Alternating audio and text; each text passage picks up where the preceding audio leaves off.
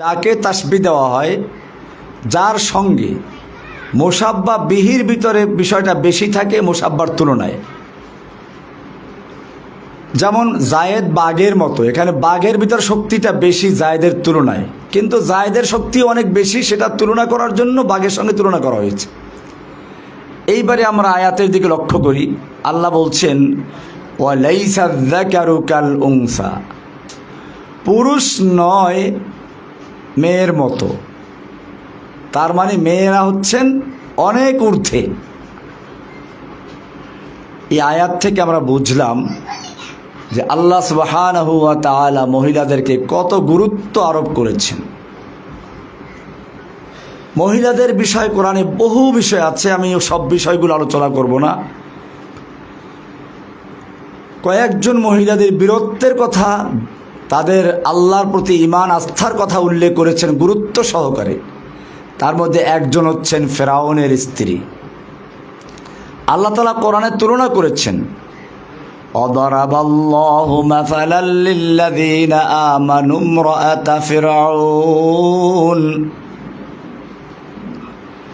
إذ قالت رب ابن لي عندك بيتا في الجنة ونجني من فرعون وعمله ونجني من القوم الظالمين وضرب الله مثلا আল্লাহ সুবহানাহু ওয়া তাআলা দৃষ্টান্ত স্থাপন করেছেন, উপমা সেট করেছেন লিল্লাযীনা আমানু, যারা ঈমান এনেছে, ঈমান আনার পরে বিভিন্ন পরীক্ষার সম্মুখীন হয়, জেলে যায়, নির্যাতিত হয়, স্বামীর দ্বারা নির্যাতিত, শাশুড়ির দ্বারা নির্যাতিত, এরকম শাশুড়ির স্বামীর বাড়ির লোকজনদের দ্বারা নির্যাতিত, এরকম যারা বলে যে এত কষ্ট এত নির্যাতন, আল্লাহ তাআলা সেই নারীদেরকে, মুমিনদেরকে বোঝাচ্ছেন। অদরাবাল্লাহু মাসালাল লিল্লাযীনা আমানু ইমরাআতা ফিরআউন,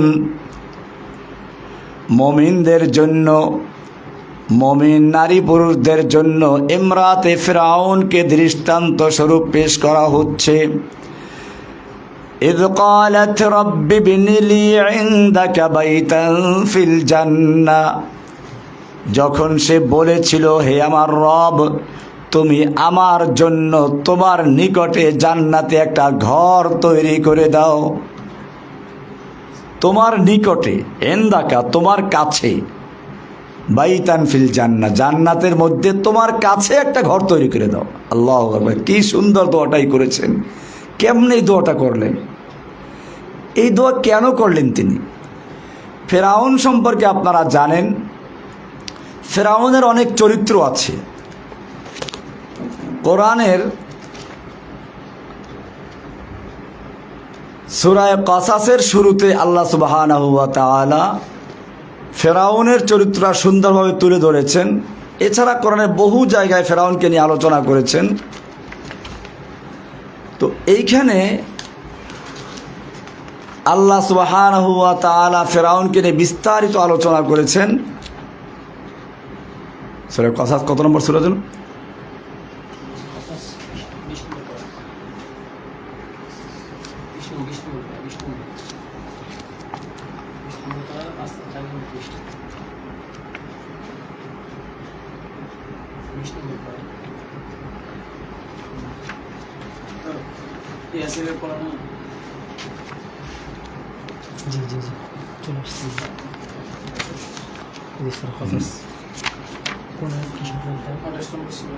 আল্লাহ সুবহানাহু ওয়া তাআলা ফিরআউন সম্পর্কে বলছেন, নাতলু আলাইকা মিন নাবাই মূসা ওয়া ফিরআউনা বিল হক। নাতলু আলাইকা, হে নবী আপনার উপরে আমি তিলাওয়াত করছি, মিন নাবাই মূসা ওয়া ফিরআউনা বিল হক, ফিরআউন এবং মূসার বিষয়টি, সংবাদটি, বিল হক সত্য সহকারে। ফিরআউন এবং মূসার সংবাদ থেকে মিন নাবাই কিছু অংশ আমি আপনার সামনে পেশ করছি, লিকাউমি ইউমিনুন, মুমিনদেরকে বোঝার জন্য। এইখানে গিয়ে আল্লাহ বলছেন ইন্না ফিরআউনা আলা ফিল আরদ, নিশ্চয়ই ফিরআউন আলা ফিল আরদ একচ্ছত্র ক্ষমতার অধিকারী হয়েছিল। আলা মানে উলুফুন থেকে, সে সবার মাথার উপরে চড়ে বসেছিল। তার মানে তার কথা ছাড়া কারো চাকরি হয় না, তার কথা ছাড়া কোনো বিচার হয় না। বিচার বিভাগ, পুলিশ বিভাগ, যত রকমের মানুষকে সে নিজের গোলাম, নিজের দাস দাসীতে পরিণত করেছিল। আলা ফিল আরদ, এমনকি কোরআনের অন্য আয়াতে বলছেন আনা রব্বুকুমুল আলা, যেটা সূরা নাজিআতের ভিতর আছে, ফাহাশারা ফানাদা, সে তার দেশের লোকদেরকে জড়ো করলো এবং ঘোষণা করলো আনা রব্বুকুমুল আলা, আমি তোমাদের মহান রব, সবচেয়ে বড় রব। খালি রব দাবি করলো একটা কথা ছিল, দাবি করে বসলো মহান রব, সবচেয়ে বড় রব। এরপরে আর এক আয়াতে আল্লাহ বলছেন যে ফেরাউন বলেছিল লাইনিত্তাখাযতা ইলাহান গায়রি, আমাকে বাদ দিয়ে যদি অন্য কাউকে ইলাহ বানাও, মাবুদ বানাও, উপাস্য বানাও, কারো বিধান মানো, লাআজআলান্নাকা মিনাল মাসজুনিন, তাহলে আমি একটা সোজা জেলে ঢুকিয়ে দেব। আমাদের দেশে দেখেন না, এক ফেরাউনই ছিল, মহিলা ফেরাউন, এও তার বিরুদ্ধে যে কথা বলতো তাকে জেলে ঢুকিয়ে দিত। এটা ফেরাউনের চরিত্র। এই ফেরাউন কিছু বক্তব্য দিয়েছিল, মদিনা সনদ দিয়ে দেশ চালাবে, অমুক তমুক করবে। তো আমি তার প্রতিবাদ করেছিলাম, মদিনা সনদে কি আছে তা তাকে দেখিয়ে দিয়েছিলাম আলোচনার মাধ্যমে। ওই ফেরাউন যেটা করেছিল, এই ফেরাউন সেটাই করেছে। কোরআনে যেটা বলা আছে লাইনিত্তাখাযতা ইলাহান গায়রি, আমাকে বাদ দিয়ে যদি কোনো ইলাহ বানাও, লাআজআলান্নাকা মিনাল মাসজুনিন, একটা সোজা জেলে ঢুকিয়ে দেব। এই জেলে ঢুকিয়েছিল আমাকে, এই জেলে ঢুকিয়েছিল আল্লামা সাঈদী রাহমাহুল্লাহকে, এই জেলে ঢুকিয়েছিল হেফাজতের সব আলেমদেরকে, মাওলানা মামুনুল হক সহ আরও যত আলেম ওলামা এই দেশে আছেন। হেফাজতের চট্টগ্রামের, ব্রাহ্মণবাড়িয়ার কত লোকদের শহীদ করে দিল। এটা ফেরাউনের একটা বিশেষ বৈশিষ্ট্য। লাইনিত্তাখাযতা ইলাহান গায়রি, যদি তুমি আমাকে বাদ দিয়ে অন্য কোনো ইলাহ বানাও, তাহলে লাআজআলান্নাকা মিনাল মাসজুনিন, আমি তোমাকে সোজা জেলে পুড়িয়ে দেব। এরপরে তার আরেকটা বৈশিষ্ট্য যেটা এখানে আছে, ইন্না ফিরআউনা আলা ফিল আরদি ওয়া জাআলা আহলাহা শিয়া, এবং সে তার জাতিকে বিভিন্ন দলে, বিভিন্ন গ্রুপে বিভক্ত করেছিল। আমাদের সমাজের যে ফেরাউন বিদায় নিল, সেও একই কায়দায় এই জাতিকে বিভক্ত করেছিল, স্বাধীনতার পক্ষে, স্বাধীনতার বিপক্ষে, মুক্তিযুদ্ধের চেতনার পক্ষে, মুক্তিযুদ্ধের চেতনার বিপক্ষে, এই বিভিন্ন চেতনা তৈরি করে দিয়ে সে রাজত্ব কায়েম করেছিল ফেরাউনের মতো। ওয়া জাআলা আহলাহা শিয়া, সে তার জাতিকে বিভিন্ন দলে বিভক্ত করেছিল। ইস্তাদঈফু তাইফাতাম মিনহুম, যাদেরকে বিভিন্ন দলে বিভক্ত করেছিল তাদের একটা দলকে সে দুর্বল করে রাখত, তাদেরকে পুলিশ দিয়ে গ্রেপ্তার করাতো, বাড়িঘর লুটপাট করাতো। ইস্তাদঈফু তাইফাতাম মিনহুম, তাদের থেকে একটা গ্রুপকে সে দুর্বল করে রাখত। ইউযাব্বিহু আবনাআহুম ওয়া ইস্তাহয়ী নিসাআহুম, সে ওদের দুর্বল সম্প্রদায় যাদেরকে দুর্বল করে রেখেছিল তাদের পুরুষদেরকে সে জবাই করে ফেলতো, নারীদেরকে সে জীবিত রাখত। ইন্নাহু কানা মিনাল মুফসিদিন, আল্লাহ সুবহানাহু ওয়া তাআলা ইরশাদ করছেন যে সে ছিল একটা সন্ত্রাসী। আমাদের ফেরাউনও কত বড় সন্ত্রাসী ছিল, তার সোনার ছেলেরা এদেশে না করেছে এমন কি অপরাধ আছে? ধর্ষণ করেছে, লুটপাট করেছে, খুন করেছে, গুম করেছে, গরু চুরি করেছে, না করেছে কি? ওয়াইন্নাহু কানা মিনাল মুফসিদিন, সে ছিল একটা বড় সন্ত্রাসীদের মধ্য থেকে একজন, সন্ত্রাসীদের অন্যতম। এজন্য সে অন্যদেরকে সন্ত্রাসী বলতো। এদেশের আলেম ওলামা ইসলামের কথা যারা বলে তারা সব সন্ত্রাসী।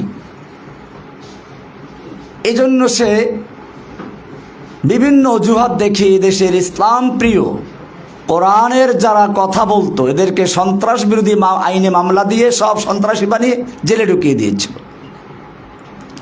এবং এর মাধ্যমে বিশ্বের যারা ইসলাম বিদ্বেষী, ইসলামের শত্রু যারা, তাদেরকে দেখাতো যে ইসলাম ধ্বংস করার জন্য বাংলাদেশে আমাকেই থাকতে হবে, অন্যরা এরকমভাবে ইসলামকে নির্মূল করা, নির্মমভাবে মুসলিমদেরকে হত্যা করতে পারবে না।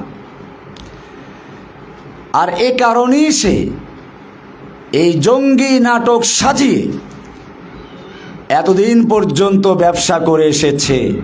কিন্তু ঘুঘু, তুমি প্রতিদিন ধান খেয়ে যাও, আজকে ফাঁদে পড়েছ। এই ঘুঘু ধরা পড়েছে জঙ্গি নাটক সাজিয়ে সাজিয়ে।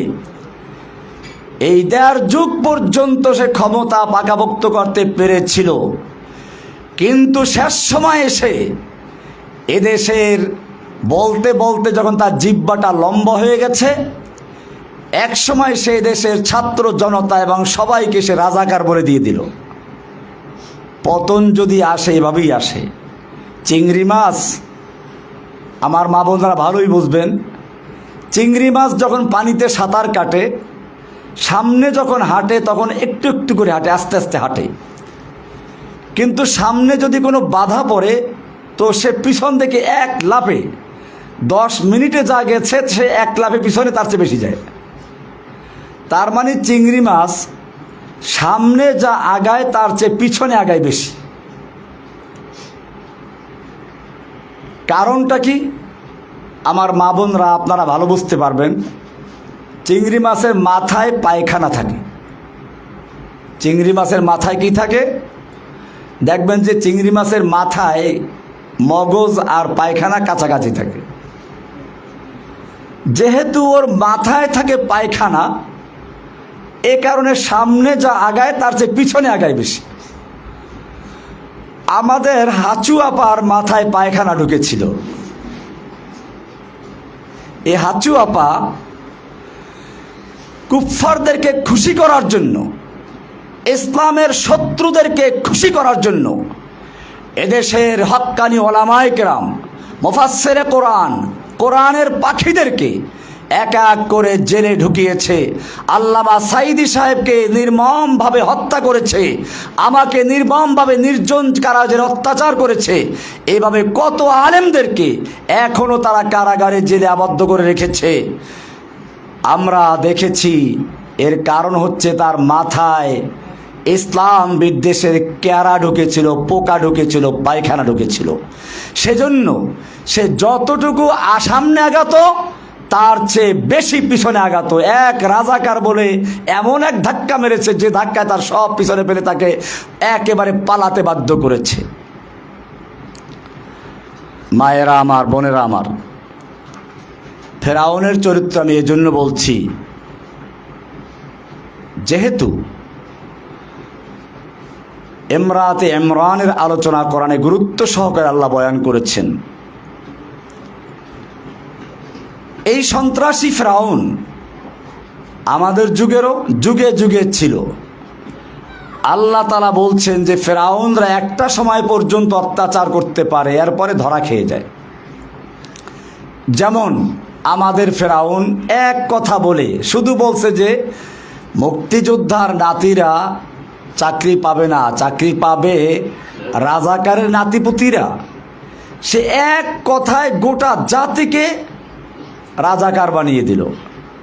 আর রাজাকারের নাতিপুতিরা এমনভাবে ফুঁসে উঠল, রাতের মধ্যেই তারা ঘর ত্যাগ করে বের হয়ে পড়ল। আল্লাহ এবারে বলছেন, ওয়ানুরিদু আন নামুন্না আলাল্লাযীনা ইসতুদঈফু ফিল আরদ।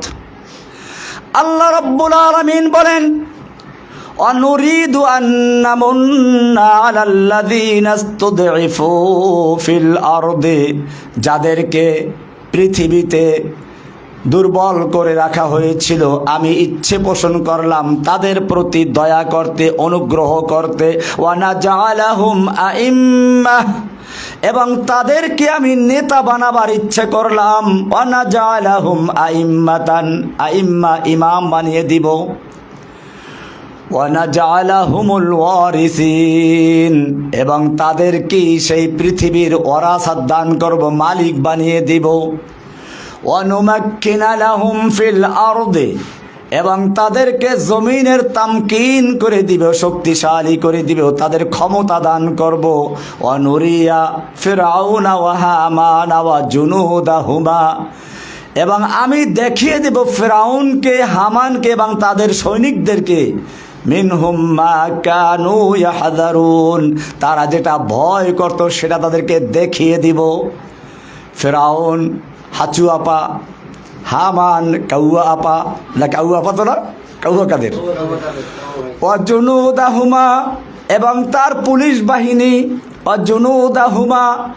আল্লাহ রাব্বুল আলামিন বলছেন, আমি ফিরআউনকে, হামানকে এবং তাদের সৈনিকদেরকে দেখিয়ে দিব, হাঁচু আপাকে, কাউয়া কাদেরকে দেখিয়ে দিব এবং তার সৈনিকদেরকে দেখিয়ে দিব। মা কানু ইয়াহযারুন, যা তারা ভয় পেত তা আমি তাদেরকে দেখিয়ে দিব। আল্লাহ তা দেখিয়ে দিয়েছেন। এবারে আল্লাহ সুবহানাহু ওয়া তাআলা বলছেন, দুর্বলদেরকে শক্তিশালী করবেন।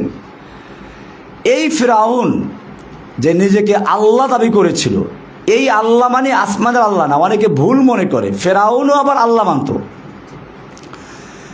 ফিরআউন আল্লাহ বিশ্বাস করত, তাহলে সে কোন অর্থে আল্লাহ দাবি করত? এই হাঁচু আপা যে অর্থে আল্লাহ দাবি করত। বলি হাঁচু আপা তো আল্লাহ দাবি করে নাই। আল্লাহ দাবি করা লাগে না, আল্লাহর ক্ষমতা দাবি করলেই সে আল্লাহ হয়ে যায়। আপনারা দেখেছেন বাংলাদেশে কোনো কাজ, একটা চৌকিদারের চাকরি হলেও হাঁচু আপার অনুমতি লাগতো। তাহলে বোঝা যায় ফিরআউন যেভাবে একচ্ছত্র ক্ষমতার অধিপতি হয়েছিল, ঠিক এই ফিরআউনও একচ্ছত্র ক্ষমতার অধিপতি হয়েছিল। আল্লাহ তাআলা ওই ফিরআউনকে চুবিয়ে মারলেন, এই ফিরআউনকে দেশ ত্যাগ করে পালাতে বাধ্য করলেন। এই ফিরআউন যেহেতু নিজেই আল্লাহ, কাজেই সে আবার অন্য আল্লাহর কথা মানতে পারতো না। কিন্তু ফিরআউনের স্ত্রী ছিল এক আল্লাহ বিশ্বাসী। অনেক লম্বা ঘটনা আছে। কোনো একদিন সে হয়তো মাথা আঁচড়াচ্ছিল বা অন্য কোনো কাজ করছিল, তো বলল যে বিসমিল্লাহ, কাজের শুরুতে বিসমিল্লাহ বলল। তো এটা তার এক মেয়ে বলল যে তুমি যে আল্লাহর নামে বললা, আল্লাহ কোন আল্লাহ? এটা কি আমার আব্বু ফিরআউন আল্লাহ? বলছে না না, তোমার আব্বু ফিরআউন আল্লাহ না, এটা ওই আল্লাহ যিনি আমাকে, তোমাকে এবং তোমার বাবা ফিরআউনকেও সৃষ্টি করেছেন।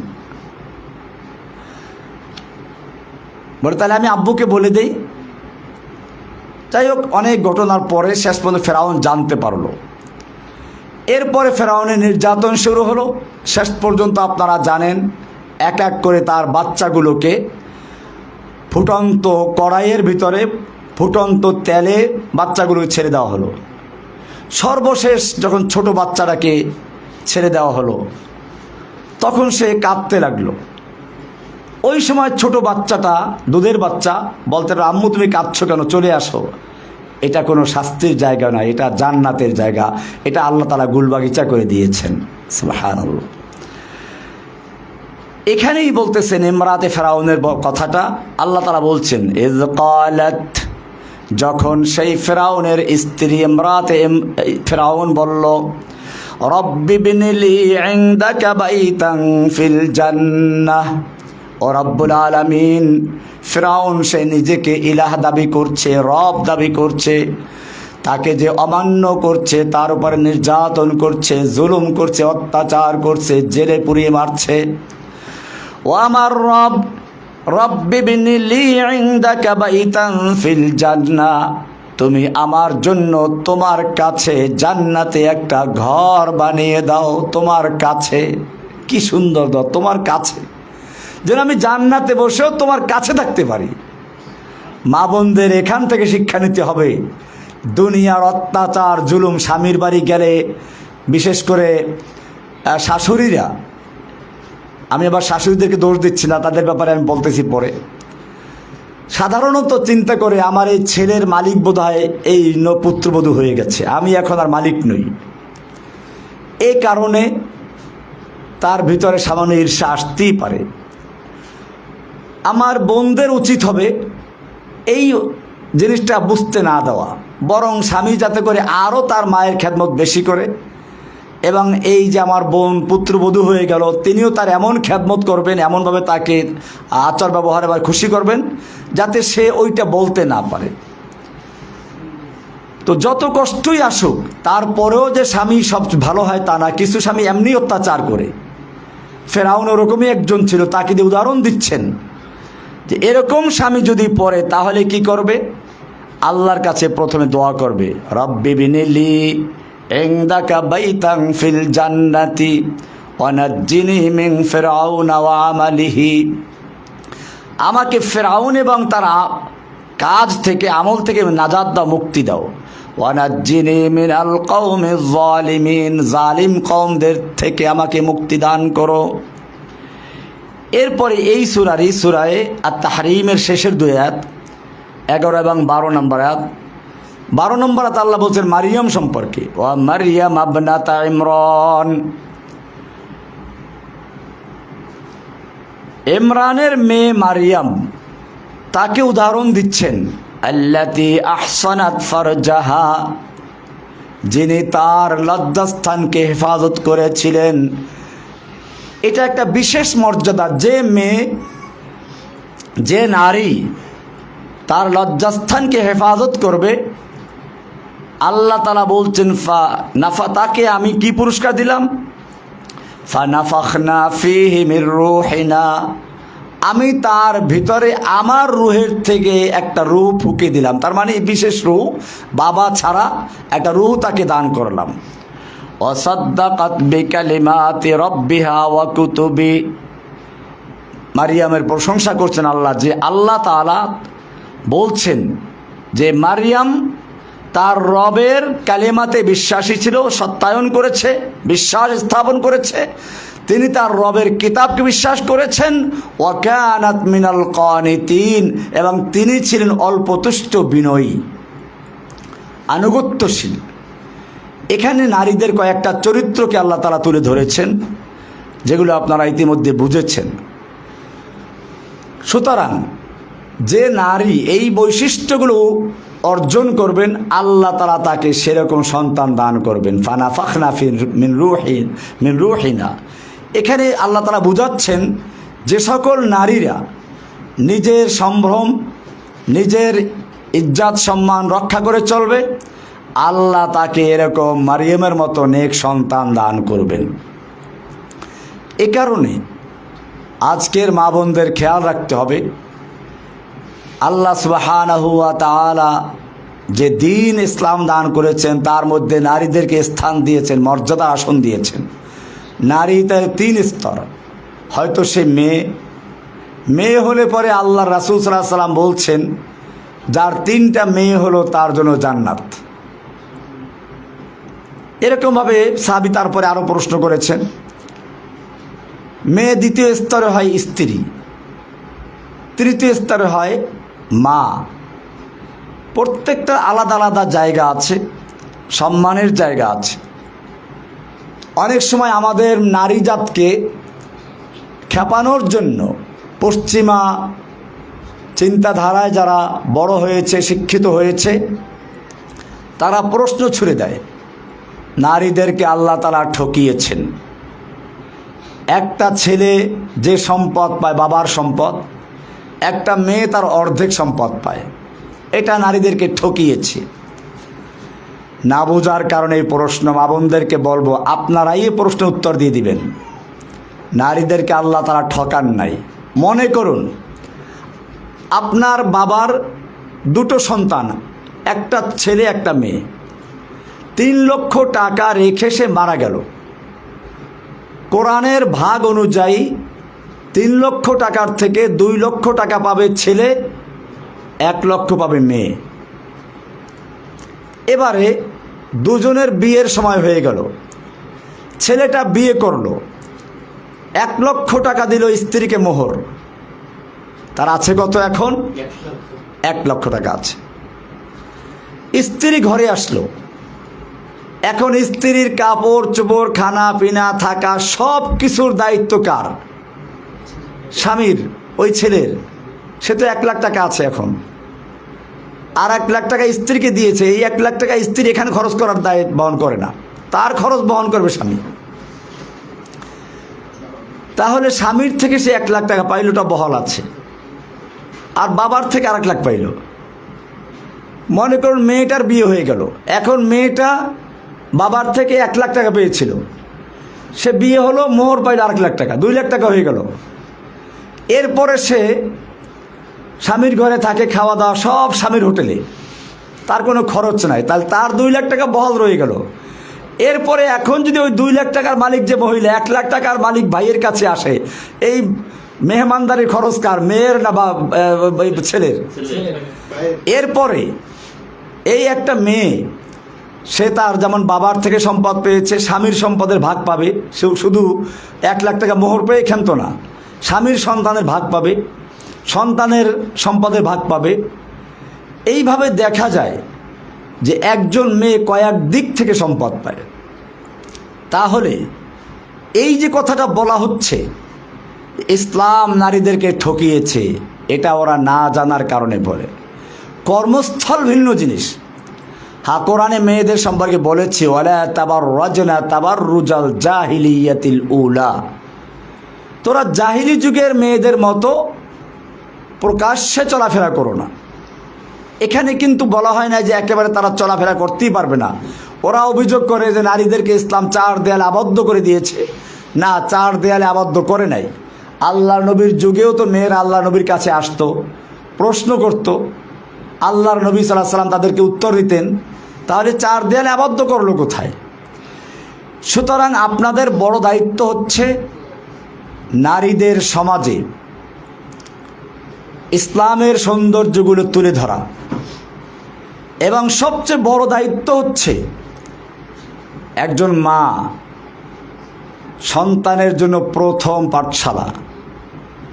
মা যদি শিশুবেলায় সন্তানকে তাওহীদ শিক্ষা দেয়, দ্বীনের ইলম শিক্ষা দেয়, তাহলে ওই ছেলে পরবর্তীতে কখনো আর নাস্তিক হতে পারে না।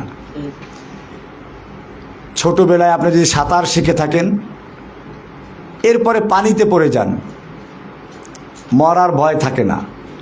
ডোবায় পড়ুক, পুকুরে পড়ুক, এমনকি সাগরেও যদি লঞ্চ ডুবে যায়, জাহাজ ডুবে যায়, বাঁচার সম্ভাবনা আছে। সাঁতার জানে যেহেতু, একসময় সে হয়তো খড়কুটা পেয়ে যাবে কিছু একটা। আর যদি সাঁতারটাই না জানে, তাহলে সে বাড়ির পাশে ডোবায় পড়েও মারা যাবে। ঠিক এই সাঁতার শেখানো মানে ইসলামের প্রথম শিক্ষা দেওয়ার দায়িত্ব হচ্ছে মায়ের। মা তার সন্তানকে প্রথম ইসলামের সাঁতার শিখাবে, আল্লাহ শিখাবে, রাসূল শিখাবে, কালেমাতুশ শাহাদাত শিক্ষা দিবে, আল্লাহ বা আল্লাহর রাসূলের আনুগত্য শিক্ষা দিবে। এইভাবে যখন একজন মা তার সন্তানকে তৈরি করবে, সেই সন্তানও কোনো সময় তার মা বাপকে ভুলতে পারে না। আজকে সমাজে এই যে মা বাপকে আনুগত্য করে না, মা বাবার সাথে বেয়াদবি করে, এর একটা বড় কারণ হচ্ছে মা বাপ তার দায়িত্ব ঠিকমতো পালন করছে না। সুতরাং খেয়াল রাখতে হবে, আমরা যদি আল্লাহর হুকুম মতো আমাদের সন্তানদেরকে লালন করি, পালন করি, সন্তানরাও আল্লাহর হুকুম মতো আমাদের খেদমত করবে। আর যদি আমাদের দায়িত্ব আমরা পালন না করি, তাহলে সন্তান কেন আমাকে খেদমত করবে? আমি তো তার দায়িত্ব পালন করি নাই। মায়েরা আমার, বোনেরা আমার, আপনাদের এখন কি শিক্ষা দায়িত্ব? প্রথম কি দায়িত্ব রয়েছে? প্রথম দায়িত্ব হচ্ছে আপনাদের তাওহীদ শিক্ষা দেওয়া। মনে রাখতে হবে, ইসলামের মূল ভিত্তি হচ্ছে তাওহীদ।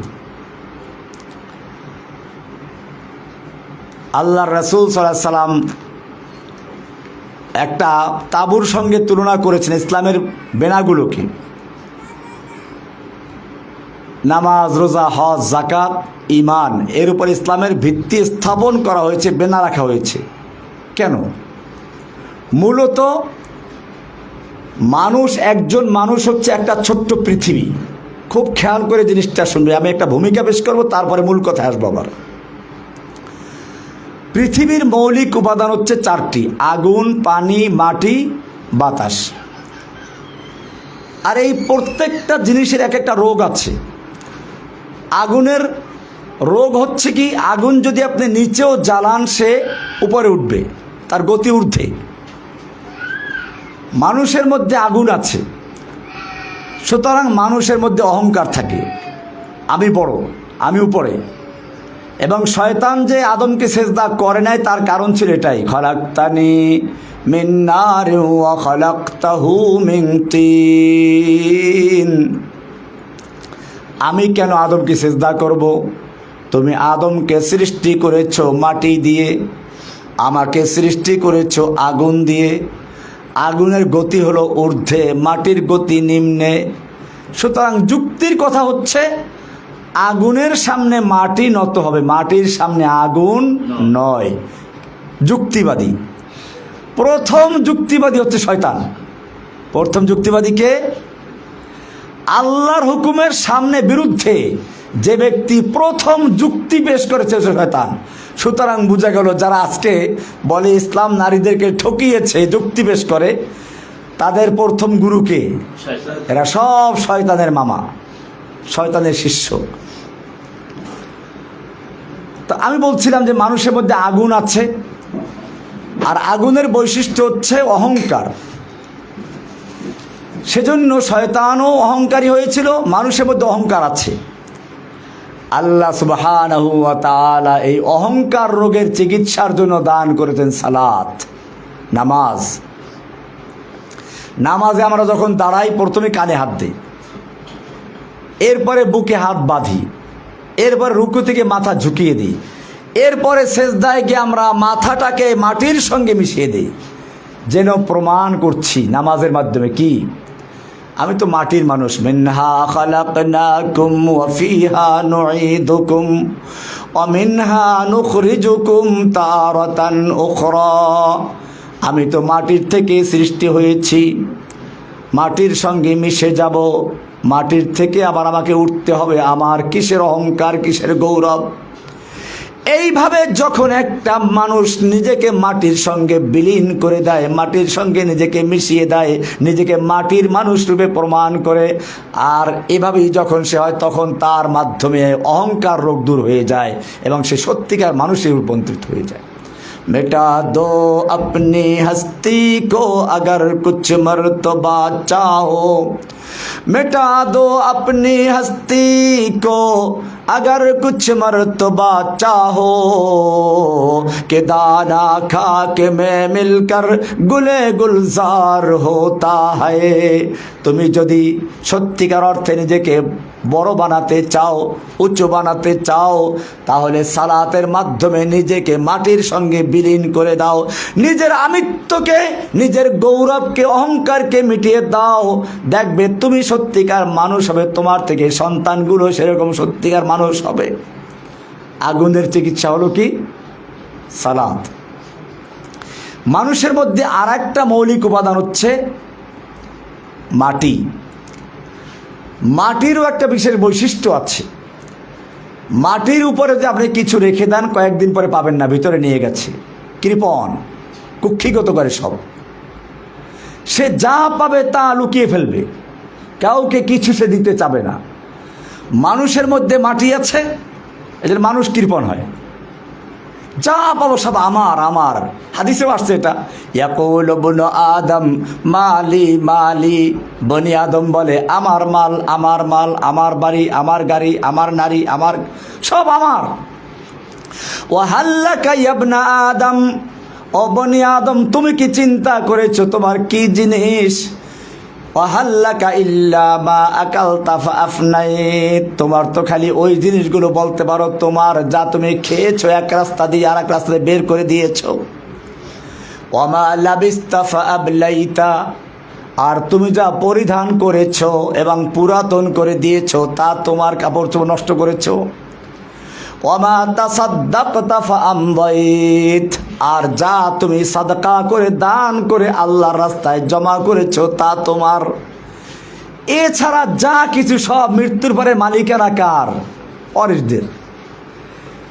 এজন্য এক কবি নিজেকে আক্ষেপ করে বলছিল, বিষ্ণু হাফেজ বতো গোয়াম কে গুল তাজা নমি মানদ, আগর মানদ শবে মানদ শবে দিগার নমি মানদ। গুলজ গুলশাদ জুদা গশতা তরু তাজা নমি মানদ, আগর মানদ শবে মানদ শবে দিগার নমি মানদ। হমেশা ইজ্জতে মেহমা বাইখানা নমি মানদ, আগর মানদ শবে মানদ শবে দিগার নমি মানদ। কি সুন্দর করে বলেছেন কবি, চিন্তা করুন। বিষ্ণু হাফেজ বতু গুয়াম, ও হাফেজ আমি তোমাকে বলছি, কবি নিজেকে বলতেছেন, কে গুল তাজা নমি মানাদ, ফুল বাগানে কত সুন্দর দেখা যায়, কিন্তু কয়দিন থাকে? একদিন, 2 দিন, 3 দিন, তারপরে সে আস্তে ঢলে পড়ে যায়। अगर मानद शबे मानद शबे दीगर नमी मानद हिजाबे नव अरूसा दर शबे दर बरे शौहर नमी मानद। একজন নতুন বধূ যখন ঘরে আসে কি সুন্দর ঘোমটা দিয়ে থাকে, মাথা তো দূরের কথা চেহারাও দেখা যায় না।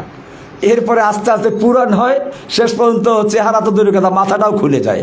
এটাই কবি বলেছেন, হেজাবে নাও আরুসা দরবারে শৌহর নমি মানদ अगर मानद शबे मानद शबे दीगर नमी मानद हमेशा इज्जत मेहमा बैखाना नमी मानद। একজন মেহমান যখন প্রথম কারো বাড়িতে যায়, প্রথম দিন কি খাবেন? পোলাও খাবেন, মুরগি খাবেন, সব তৈরি আছে। এরপরে মেহমান আস্তে আস্তে পুরাতন হয়, খাবারের মানও কমে, শেষ পর্যন্ত ভর্তা আর ডাল খাও, আর মনে ভাবে যাইবে কবে। কবি সেটাই বলেছেন, হামেশা ইজ্জতে মেহমা বাইখানা নমি মানদ अगर মানদ শবে মানদ শবে দিগার নমি মানদ। তো বলছিলাম মানুষের মধ্যে মাটি আছে, মাটির বৈশিষ্ট্য হচ্ছে কৃপণতা। মানুষের মধ্যে মাটি আছে, মানুষও কৃপণ হয়, এটা একটা রোগ। এই রোগের চিকিৎসা দিলেন কি দিয়ে? যাকাত। আকিমুস সালাত ওয়া আতুজ যাকাত, যাকাত দান করতে থাকো, দিতে দিতে তোমার কৃপণতা রোগের চিকিৎসা হয়ে যাবে। এরকম ভাবে আরেকটা মৌলিক উপাদান হচ্ছে পানি। পানির বৈশিষ্ট্য হচ্ছে, পানি যদি আপনি সমতল জায়গায় ছাড়েন, সে এক জায়গায় বসে থাকবে না, আরও জায়গা দখল করবে। তার মানে লোভ, লালসা, দখল করার প্রবণতা। মানুষের মধ্যে পানি আছে, সেজন্য মানুষও কি করবে? একজন 10টা বাড়ি করেছে, এখন আরও লোভ করতে থাকে, পাশের বাড়ির ঝুপড়িটা দখল করলে আমার বাড়িটা কী হয়ে যায়? একেবারে সুন্দর, পুরা জায়গাটা সুন্দর হয়ে যায়, ওই ঝুপড়িওয়ালা কেমন তাড়াবো। এটা পানির বৈশিষ্ট্য। আল্লাহ সুবহানাহু ওয়া তাআলা এই পানির চিকিৎসার জন্য দান করলেন, পানির রোগের চিকিৎসা লোভ, এই লোভের চিকিৎসার জন্য দান করলেন কি? সিয়াম।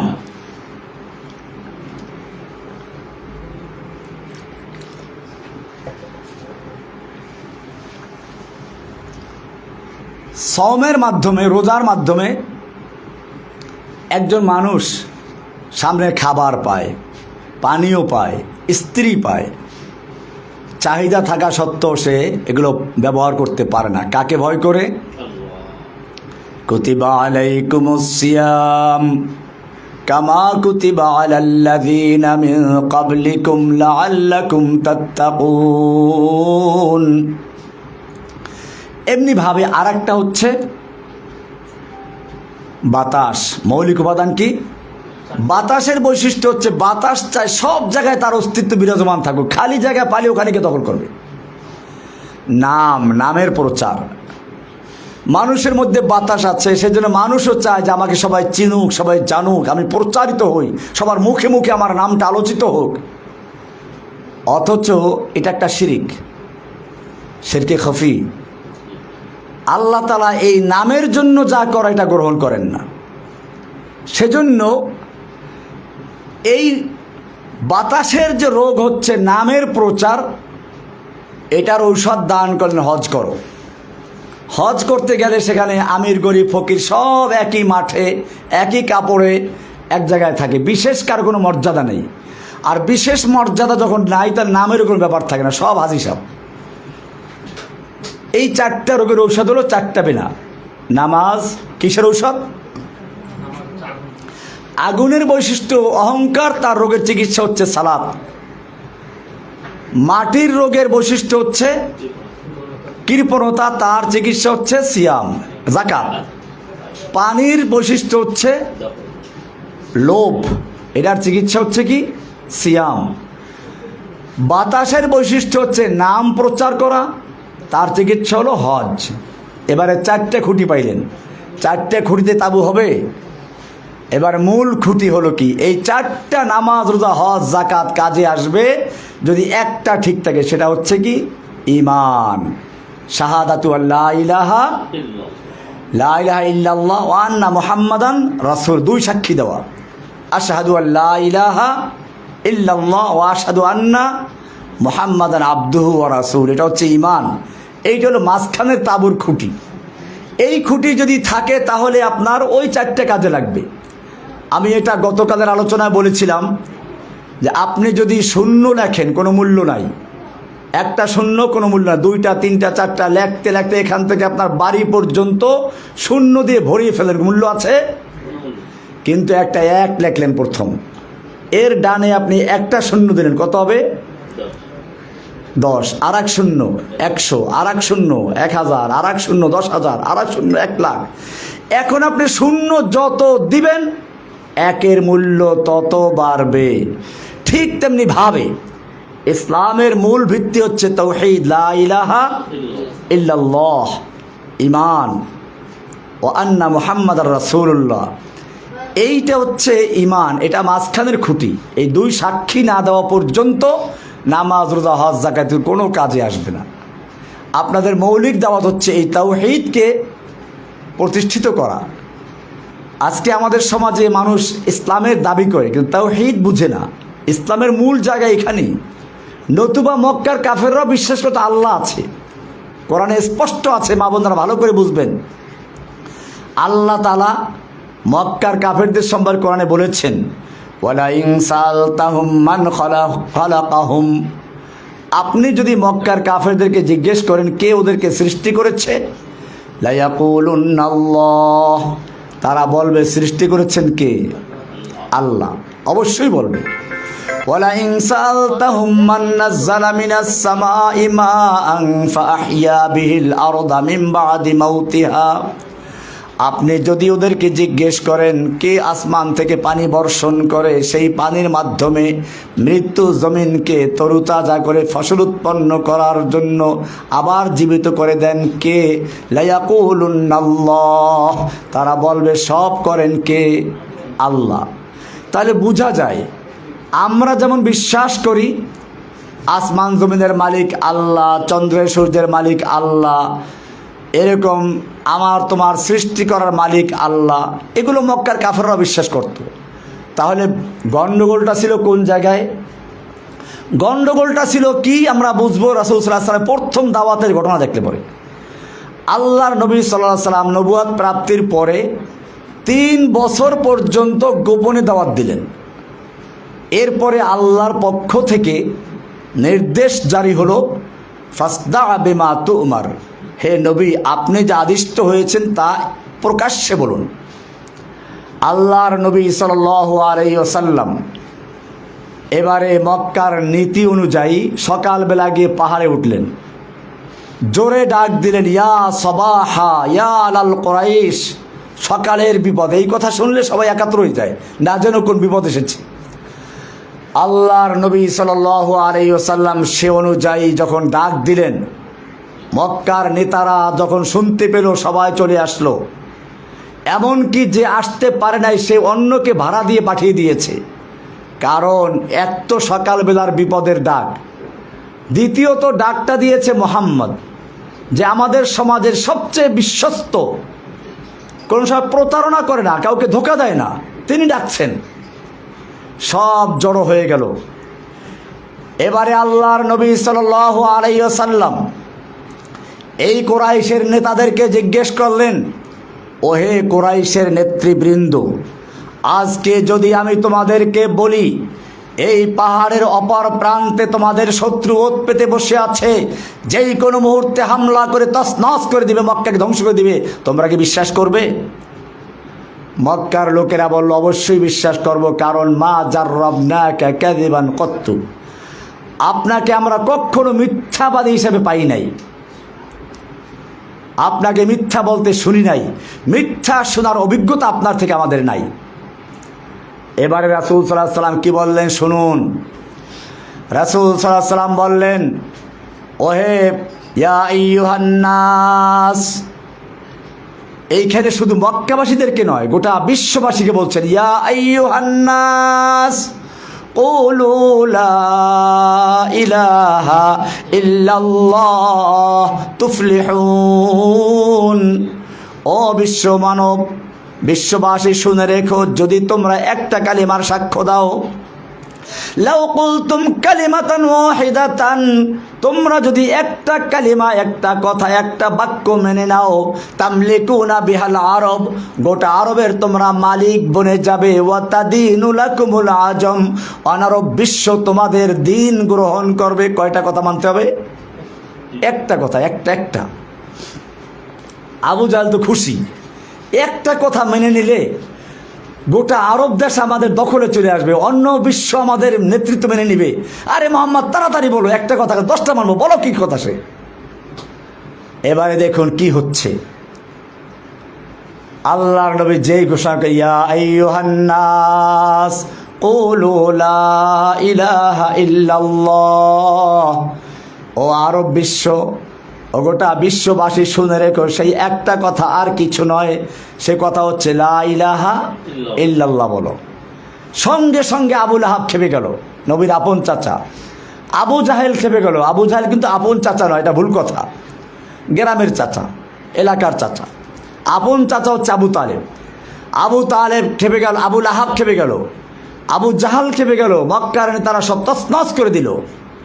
আল্লাহর নবীর পক্ষে কথা বলার মতো একটা লোক পাওয়া গেল না। আল্লাহ সান্ত্বনা দিলেন, তাব্বাত ইয়াদা আবি লাহাবিন ওয়া তাব্বা মা আগনা আনহু মালুহু ওয়া মা কাসাব সায়াসলা নারান যাতা লাহাব وامرأته حمالة الحطب في جيدها حبل من مسد। আল্লাহ তাআলা সান্ত্বনা দিলেন। প্রশ্ন হচ্ছে, কেন লা ইলাহা ইল্লাল্লাহ বলার সঙ্গে সঙ্গে আবু লাহাব খেপে গেল কেন? আবু লাহাব বুঝতে পেরেছিল লা ইলাহার মধ্যে কি আছে। লা ইলাহা ইল্লাল্লাহর দুইটা পার্ট, দুইটা অংশ। প্রথম অংশ হচ্ছে লা ইলাহা, কোনো ইলাহা নাই, সব বাদ। এরপরে ইল্লাল্লাহ, আল্লাহ ছাড়া, মানে আল্লাহ ছাড়া আর কোনো ইলাহ নেই। আবু লাহাব বুঝতে পারলো আমাদের এই 360টা মূর্তি দেবদেবী সবকে অস্বীকার করে এক আল্লাহকে গ্রহণ করতে হবে, লা ইলাহা সে কথা আছে, সেজন্যই সে প্রতিবাদ করেছে। আমার মায়েরা, বোনেরা, মনে রাখতে হবে। আমি উদাহরণ দেই, পুরাতন বিল্ডিংয়ে নতুন করে রং করলে মানুষ কী করে? আগে পুরাতন রংটা ঘষে মেজে ধুয়ে মুছে পরিষ্কার করে তারপরে নতুন রং করে। কেন? পুরাতন রঙের উপরে রং করলে ওই নতুন রং টিকবে না, পড়ে যাবে। ঠিক এরকমভাবে ইসলাম বলে লা ইলাহার মাধ্যমে একজন মানুষের অন্তর থেকে যত আল্লাহ ছাড়া বাতিল ইলাহ বসে আছে, সে ইলাহ হতে খাজা বাবা, গাজা বাবা, ল্যাংটা বাবা, পীর বাবা, দরগাওয়ালা, দুর্গাওয়ালা, নেতা নেত্রী, জননেত্রী, কি আছে ওই যে জনক মনক হাবিজুবি, দেখে না মূর্তি কেমনি বসাইছিল, সেই মূর্তিগুলো ক্রেনে লাগে তারপর টাইনে তারপরে ফালাই দিছে একটারে। এরকম যে যত গায়রুল্লাহ অন্তরে বসে আছে, লা ইলাহা ইল্লাল্লাহর র‍্যাদ দিয়ে ঘষে মেজে ধুয়ে মুছে পরিষ্কার করে এরপরে বলা হচ্ছে ইল্লাল্লাহ, একমাত্র আল্লাহকে বসাতে হবে। আল্লাহ ছাড়া আর কোনো ইলাহ নেই, আল্লাহ ছাড়া আর কোনো উপাস্য নেই। ব্যক্তি জীবনে, পারিবারিক জীবনে, সামাজিক জীবনে, রাষ্ট্রীয় জীবনে, আন্তর্জাতিক জীবনে, সকল ক্ষেত্রে আমি আনুগত্য করব কার? এটার নামই ইসলাম। এটার নাম কি? ইসলাম। ইসলাম মানে আপনারা মিজান পড়েছেন, সেখানে লেখা আছে মুন সাহেবের ভিতরে, আল ইসলাম ও গর্দান নেহাদান বাতাত। ইসলাম মানে হচ্ছে আত্মসমর্পণ করা। কার কাছে? ব্যক্তি জীবনে, পারিবারিক জীবনে, সামাজিক জীবনে, রাষ্ট্রীয় জীবনে, আন্তর্জাতিক জীবনে, সকল ক্ষেত্রে এক আল্লাহর বিধানের কাছে আত্মসমর্পণ করার নাম হচ্ছে কি? ইসলাম। আর এইরকম আত্মসমর্পণ যে করে তার নাম হচ্ছে মুসলিম। এটাই আমাদের পরিচয়, আমাদের মূল পরিচয় এটাই। কোরআন বলেছে হুয়া সাম্মাকুমুল মুসলিমিন মিল্লাতা আবিকুম ইব্রাহিম। এই মিল্লাত তোমাদের পিতা ইব্রাহিমের জাতির পিতাকে, ইব্রাহিম না অন্য কেউ? মিল্লাতা আবিকুম ইব্রাহিম হুয়া সাম্মাকুমুল মুসলিমিন, তিনি তোমাদের নামকরণ করেছেন মুসলিমিন করে। এই ইসলামের মূল ভিত্তি হচ্ছে তাওহীদ, লা ইলাহা ইল্লাল্লাহ। এবারে সেই আল্লাহর হুকুম মানব কি মন গড়া তরিকায়? মা বোনদের ভালো করে বুঝবেন। ধরুন জোহরের ফরজ নামাজ কয় রাকাত? 4 রাকাত। আসরের ফরজ কয় রাকাত? 4 রাকাত। এশার ফরজ কয় রাকাত? মাঝখানে মাগরিবের নামাজ হলো 3 রাকাত। এখন যদি কোনো ব্যক্তি আজকের থেকে বলে যে অসুবিধা কি, মাগরিবের নামাজটাও 4 রাকাত পড়ব, 1 রাকাত বেশি বললে একটা রুকু বাড়বে, সেজদা বাড়বে, সুবহান রাব্বিল আযীম বাড়বে, আলা বাড়বে, সমস্যা কি? আমি তো ভালো কাজই করছি, অসুবিধা কি? নামাজ হবে? হবে না। কেন হবে না? আল্লাহর হুকুম, রাসূলের তরিকা চলতে হবে। আল্লাহ বলেছেন সালাত কায়েম করো, কেমনে কায়েম করব তা দেখিয়েছেন কে? মুহাম্মাদুর রাসূলুল্লাহ। কে দেখিয়েছেন? এবারে মুহাম্মদ সাল্লাল্লাহু আলাইহি ওয়াসাল্লাম যে নামাজ দেখিয়েছেন তার মধ্যে মাগরিব হলো 3 রাকাত, 3 রাকাতই পড়তে হবে। 4 রাকাত পড়লে নামাজ হবে না। আপনি কোরবানির ঈদের দিন চিন্তা করেন সবাই গরু খায়, আমি এই 3 দিন রোজা রাখবো, রোজা হবে? ঈদের দিন রোজা রাখা জায়েজ না হারাম? কেন হারাম? এইটাই হচ্ছে যে আল্লাহর বিধান যেটা যেরকম আছে সেরকম মানতে হবে, এর বাইরে মানা যাবে না। আমাদের দেশে বিশেষ করে চট্টগ্রামে মাজারে সেজদা করে অনেকে, আবার বলে তাজিমি সেজদা। আপনারা যেটা করেন হলো ইবাদতের সেজদা, নামাজে, ওটা না, আমরা করি তাজিমের সেজদা। আমি আপনাদেরকে বলতে চাই, আমরা যত রকম নামাজ পড়ি সব নামাজের রুকু সেজদা আছে, ঠিক কিনা? ফজরের নামাজ পড়বেন, রুকু সেজদা করতে হবে। তুমি জোহরের নামাজ পড়ো, রুকু সেজদা করতে হবে ফরজ। মাগরিবের নামাজ, আসরের নামাজ, ইশার নামাজ, জুমার নামাজ, ঈদের নামাজ, সব নামাজে রুকু সেজদা করা ফরজ। কিন্তু খবরদার নামাজটা যদি জানাজার নামাজ হয় রুকু সেজদা করা যাবে না। কেন করা যাবে না? সব নামাজের ভিতরে রুকু সেজদা করা ফরজ, জানাজার নামাজে রুকু সেজদা করা যাবে না। কেন?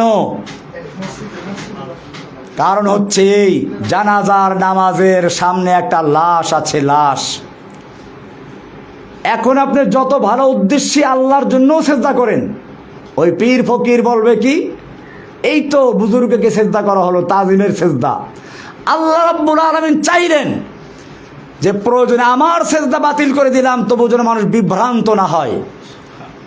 লাশটা যখন আপনার সামনে ছিল, মাত্র 3 ফুট দূরে, জানাজা করার সময়, তখন সবচেয়ে ভালো সময় ছিল সেজদা করার বুজুর্গকে, তখন সেজদা করতে পারলেন না।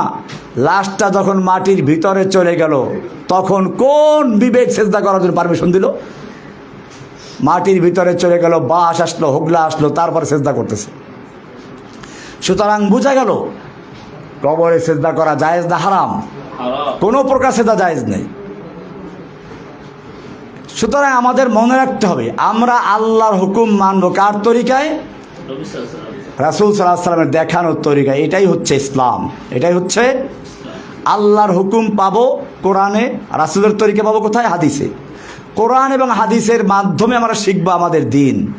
আল্লাহ সুবহানাহু ওয়া তাআলা আমাদের সকলকে বিষয়গুলোকে বুঝার এবং আমল করার তৌফিক দান করুন। ওয়া আখিরু দাওয়ানা আনিল হামদুলিল্লাহি রাব্বিল আলামিন। আর কোনো প্রশ্ন আছে?